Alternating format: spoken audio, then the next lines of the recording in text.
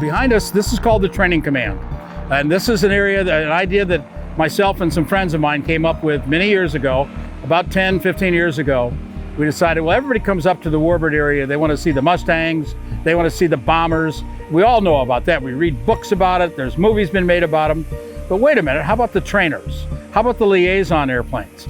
They're the unsung heroes that did very valuable jobs during World War II, both pre and then afterwards. So I kind of came up with the idea, well, we got this nice piece of grass here between Warbird Alley, Warbirds in Review, and Fightertown. Let's use that to highlight some of the unsung heroes that were military airplanes, and then the people that restore, fly, maintain those airplanes, because that's an important part of the story too.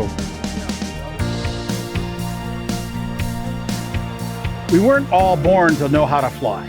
We had to learn. We're not birds. We had to train in some type of aircraft.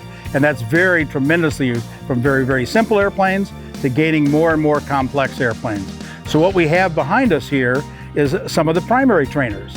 So especially in World War II, when you were going to learn how to fly, you started out in basically what we call a primary trainer, which tended to be a simple airplane. They tended to have fixed landing gears, which mean the landing gear don't retract. They have fixed pitch propellers, which mean you can't control the pitch on the propeller. And they're relatively modest in their horsepower. We've got an unusual airplane this year that's a Navy NE-1, which is a version of the J-3 Cub. Say, well, what's it doing here? Well, they did train pilots in Cubs. They tended not to be the people that were going to go on to do fly fighters and those type of airplanes. They were the pilots that were going to go do shore patrols looking for submarines off the coast of the United States in World War II, because that was a real fear back then. You know, we didn't know what we might find. So you got to train those pilots to do that. Well, you want to start in a simple airplane.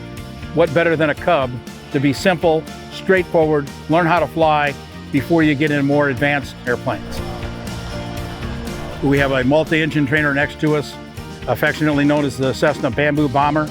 It never dropped any bombs or anything, but it did teach an awful lot of pilots multi-engine procedures so they could go fly the multi-engine aircraft of the day.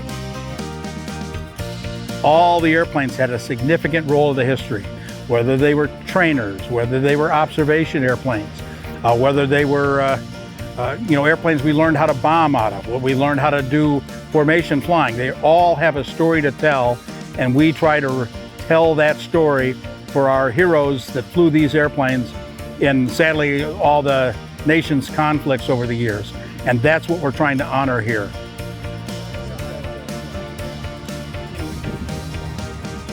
But being part of this movement, being part of telling this story is hugely important, and we don't ever want to let that go away.